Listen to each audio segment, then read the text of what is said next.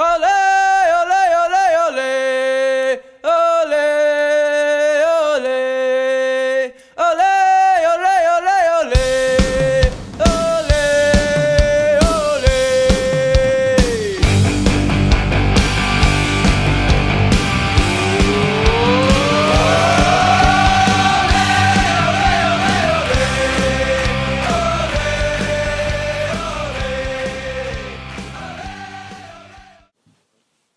Hey, ma gang de fans, comment allez-vous tout le monde? Moi, ça va très bien. Aujourd'hui, je suis en compagnie de mon co-animateur, mon ami Thierry Douville. Salut tout le monde, bon 32 octobre à tous. Fait pas beau dehors, mais écoutez, on va continuer sur le vif du sujet là. Bien Guillaume, c'est à toi, vas-y. Ben oui, la création qu'on a faite, moi et Thierry Douville, une page magnifique, le 2 pour 1, des épisodes spéciaux, comme présentement, l'épisode extra, l'épilogue.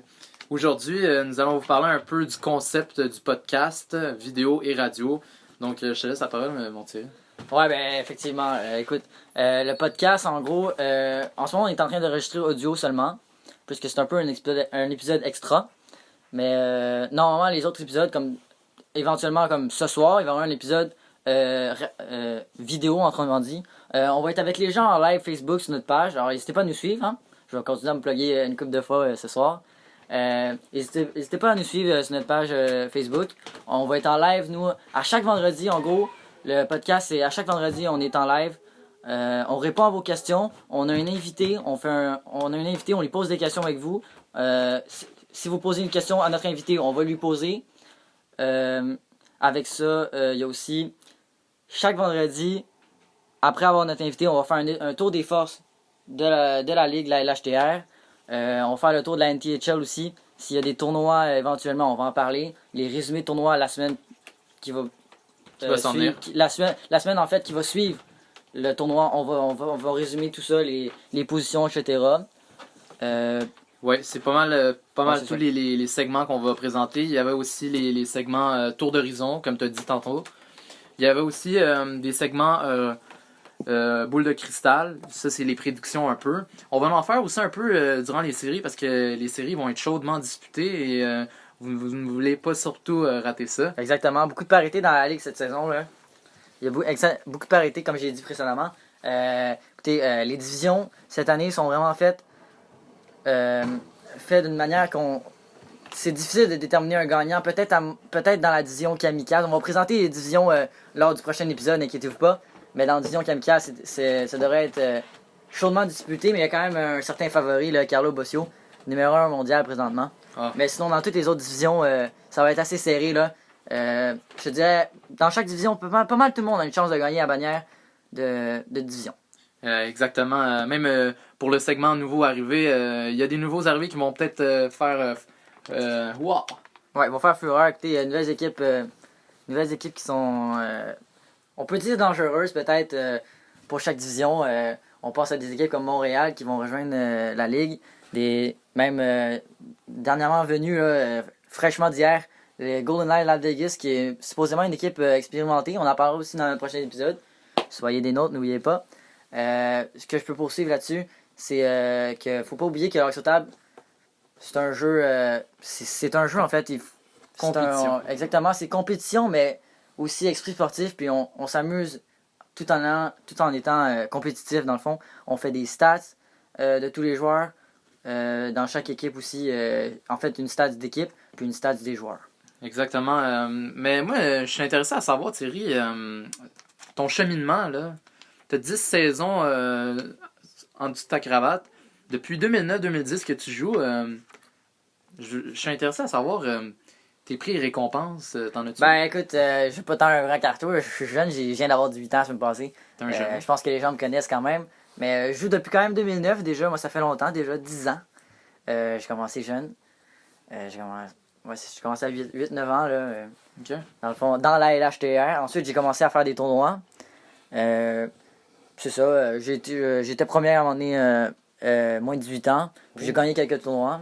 Écoutez, mon compatriote ici, Guillaume Pitt, qui a quand même remporté une fois la LHTR, dans la saison du B, dans la catégorie B.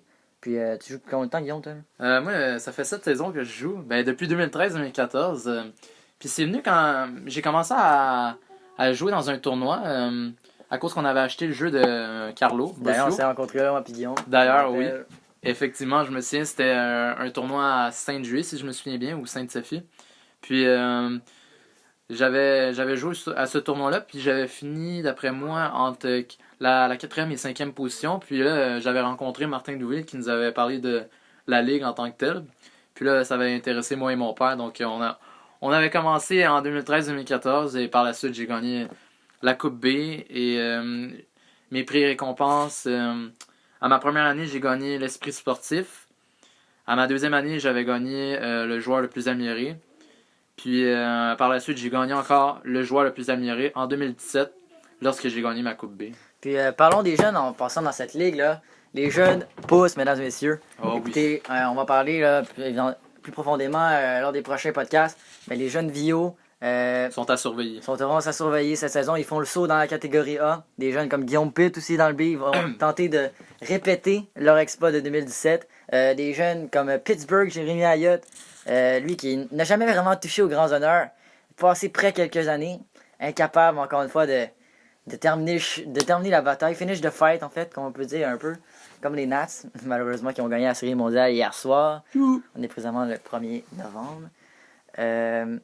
C'est ça. Il y a plusieurs jeunes. Si je peux penser peut-être à les jeunes prédatrices, comme on peut dire. Oh, oui. Madame Imbeau, elle va se reconnaître. On a peut-être Monsieur Rodriguez, mais encore là, ça, Rodriguez, on dirait qu'il n'a pas l'air incapable de venir À bout. à bout de ses adversaires. Incapable de terminer lui aussi, on peut terminer le chemin. Il a gagné des grosses séries dernièrement dans sa division, mais même dans les tournois, incapable d'aller chercher la grosse victoire. Et la série sur le Sunday, faut pas oublier Thierry Douville, un gars qui a été très longtemps dans le A. Hartford, ça fait quoi, une 4 ans ou 5 ans que... 3 ans dans le 3 ans? Ouais, c'est ma 4e année. Là. Wow. Puis faut pas oublier, sans oublier les Russes, CCCP, Ben oui. Simon Descaries, tout un joueur. Une puissance, mais qui semble pas attribuer une grande importance au jeu exortable, mais plus là pour s'amuser que compétitionner, comme on peut le voir dans Dans les certains photos. reportages sur la LHTR, la page Facebook, vous pouvez la suivre celle-ci, la LHTR, Ligue d'exortable de Rosemont.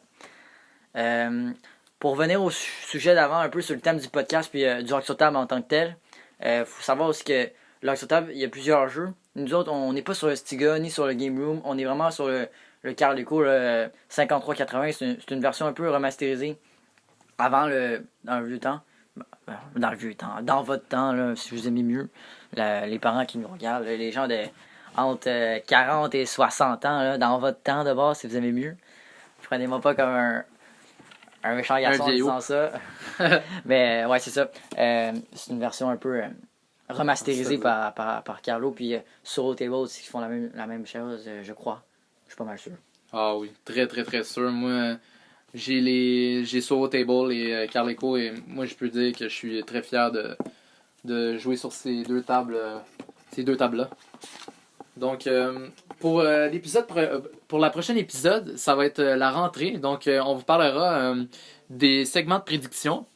Par la suite, on vous présentera le segment de Thierry Douville, le segment. On va faire un tour d'horizon là, d'état des forces de chaque équipe en fait. Puis mon compatriote Guillaume Pitt, lui, va présenter Le segment des nouveaux arrivés avec les nouveaux joueurs qui s'amènent, dont Columbus, New Jersey qui fait un retour. plusieurs équipes font un retour dans la HTA. On va en parler prochainement au prochain podcast. Alors, on vous laisse, mes amis, sur votre faim peut-être un peu. Alors, soyez des nôtres. On va être ce soir, le vendredi 1er novembre. En direct. En direct, exactement, sur la page Facebook, comme j'ai dit au début de ce podcast. On sera là. On va être là en direct sur Facebook. Soyez des nôtres. N'hésitez pas à liker notre page, le 2 pour 1 sur Facebook. Et à vous abonner sur notre page aussi. Exactement. Être à l'affût de toutes nos nouvelles. Et bonne soirée à tous, mesdames et messieurs. Bonne journée.